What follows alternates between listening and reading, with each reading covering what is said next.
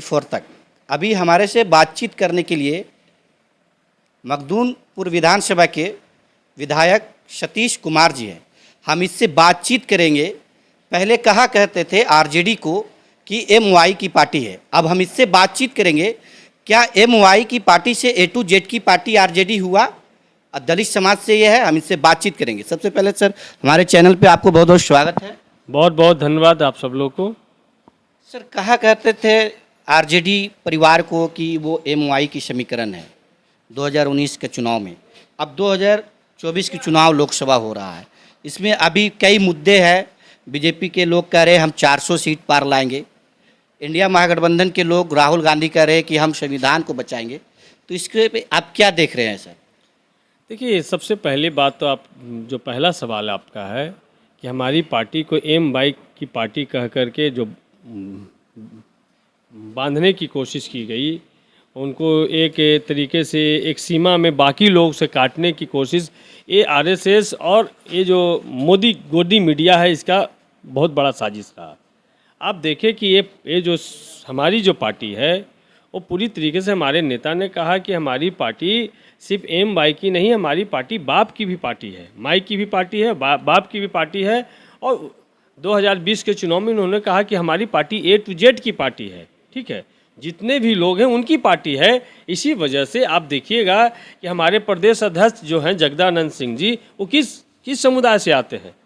आप जब देखिएगा कि हमारे प्रधान महासचिव जो रणविजय साहू जी हैं, जो मोरवा से विधायक हैं, वो किस समुदाय से आते हैं? साहू समाज से आते हैं। या आप जिनसे बात कर रहे हैं सतीश कुमार से, हम अनुसूचित जाति परिवार से आते हैं। तो आप हमारी पार्टी को देखिएगा कि हमारी पार्टी ने सबको, हमारी पार्टी में सारे लोग हैं, चाहे वो तस्मुद्दीन साहब रहे हों, चाहे साहबुद्दीन साहब रहे हों, या अभी मौजूदा दौर में हमारी पार्टी में अब्दुल वारिस सिद्दीकी साहब हों, कारी शोएब साहब हों, या फिर काटी से विधायक हमारे तमाम जो हमारे लोग हैं, सारे लोग हमारी पार्टी में हैं। तो ये जो एम वाई में बांध करके इस पार्टी को बदनाम करने की कोशिश की गई, और इसको देश की जनता, बिहार की जनता ने साफ साफ 2020 के चुनाव में नकारा। इसी वजह से बिहार की सबसे बड़ी पार्टी बन करके राष्ट्रीय जनता दल उभरी, और हमारे जैसा संघर्ष करने वाला, हमारे जैसा लोग के लिए सड़क पर लड़ने वाला, जेल जाने वाला नौजवान को बुला करके टिकट मिलता है, और मखदूमपुर जैसा एक बड़े जगह से हमको विधायक बनने का मौका मिलता है। ये हमारी पार्टी की ताकत है। तेजस्वी यादव ने एक चुनाव जो 2024 का हो रहा, वो 17 साल बनाओ 17 महीना का चुनाव कर दिए हैं। तेजस्वी यादव ने कहा है कि हम बेरोजगारी युवा को 5 लाख रोजगार दिए। नीतीश कुमार बोलते हैं कि हम सीएम थे, हम दिए।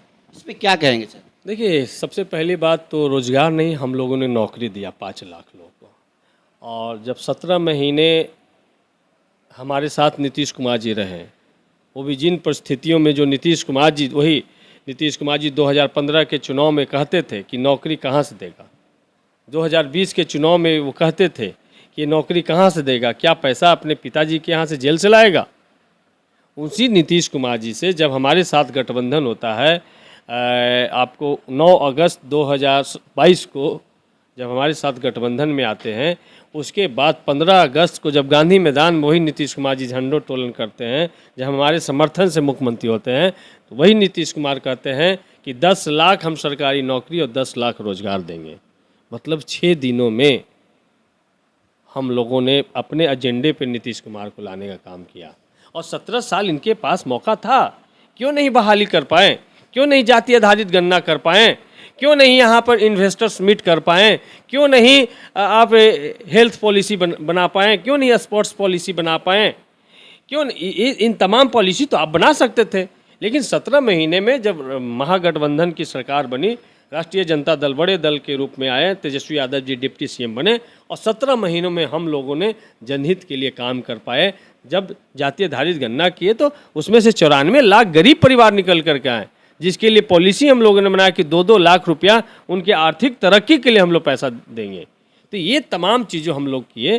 तो इसी वजह से 17 साल बनाम 17 महीने, लोग कहते हैं कि तेजस्वी आए तब नौकरी मिला। क्यों, क्या शिक्षकों की हम लोगों ने नया पद क्रिएट किया कि जो आपके वजह से, आपकी गलत नीतियों के वजह से शिक्षक का पद खाली था, हम 17 महीने में उसको ट्रांसपेरेंट तरीके से ये मतलब 70 दिन में 2,17,000 शिक्षकों की हमने बहाली की है। ये इतिहास है। गांधी मैदान में पहली बार, क्यों पहली बार हुआ? आप 17 साल में भी गांधी मैदान में बुला के नियुक्ति पत्र बांट सकते थे, लेकिन तेजस्वी यादव जी और हम लोग जब सरकार में थे तब गांधी मैदान में नियुक्ति पत्र वितरण करने का काम किया गया। सर, आपने जैसा देखे कि वहाँ पूर्णिया में चुनाव हो रहे थे, तेजस्वी यादव ने एक रैली में कहे कि अगर हमको वोट देना है इंडिया महागठबंधन को तो दीजिए, या नहीं तो एनडीए को दे दीजिए। इसमें क्या कहेंगे? देखिए, ये मीडिया ने तोड़ मरोड़ करके इन तमाम बातों को पेश किया। जहाँ पे तेजस्वी यादव जी इन बातों को कर रहे, हम लोग वहीं थे। तेजस्वी यादव जी ने साफ साफ कहा कि ये जो देश का जो चुनाव है, दो विचारधारा के बीच का चुनाव है। एक विचारधारा जो नरेंद्र मोदी जिसका नेतृत्व कर रहे हैं, आरएसएस जिसका नेतृत्व कर रहा है, वो नफरती विचारधारा है, जो जाति धर्म और मजहब के आधार पर लोग को लड़ाना चाहता है, जो गाय गोबर और भारत पाकिस्तान में लोग को उलझाना चाहता है, भाई भाई से बांटना चाहता है और संविधान को ख़त्म करना चाहता है, संविधान को बदलना चाहता है। एक तरफ वो जिसका नेतृत्व नरेंद्र मोदी कर रहे हैं और एक तरफ इंडिया गठबंधन है जिसमें राहुल गांधी से लेके हम सब लोग हैं और जिसके उम्मीदवार वहाँ पर बीमा भारती जी थी। तो आप यदि हम बीमा भारती जी को राष्ट्रीय जनता दल को यदि वोट देते हैं तो एक विचारधारा है, यदि आप यहाँ वोट नहीं दे रहे हैं तो इसका मतलब है कि आप एनडीए को वोट दे रहे हैं, एनडीए अलायंस को वोट दे रहे हैं। एक साफ साफ तीसरा कोई पोल अभी इस चुनाव में नहीं दिख रहा है। सर, आखिरी सवाल आपसे है, बिहार में 40 सीट लोकसभा की है, कितने सीट आप लोग ला रहे हैं?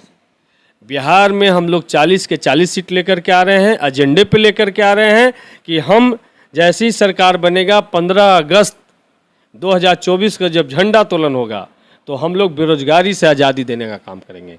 हम लोग बिहार में जैसे ही हम लोग 40 में से 40 सीट जीत करके देश में हम सरकार जब बनाते हैं तो हम जो गैस सिलेंडर का दाम है वो 500 हम कर देंगे। जो हमारी माँ बहनें, जो हर एक परिवार की जो माँ बहनें हैं, उनमें से जो परिवार का मुखिया होगा उनको प्रत्येक साल आर्थिक सहयोग के लिए हम लोग 1 लाख रुपया देंगे रक्षाबंधन के मौके पर।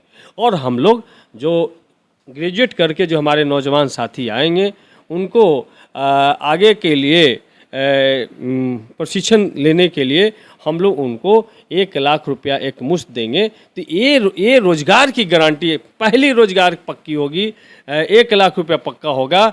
और बिहार में जब फिर से हम आते हैं मजबूती से सरकार में तो 200 यूनिट हम गरीबों को बिजली मुफ्त में देंगे, किसानों को कर्ज माफ़ी करेंगे, एमएसपी हम लागू करेंगे किसानों के लिए। तो इन तमाम एजेंडे हमारे साथ में है, इस वजह से हम 2024 में आ रहे हैं। और नरेंद्र मोदी अपने 10 साल के काम पर वोट मांगे ना। हमारे नेता तो बार बार कह रहे हैं, आ रहे बिहार पे काम पे वोट मांगे कि हमने कितने को रोजगार दिया, ये तो बताइए। हमने महिला सुरक्षा के लिए क्या काम किया? बिहार जैसे बड़े राज्य जहाँ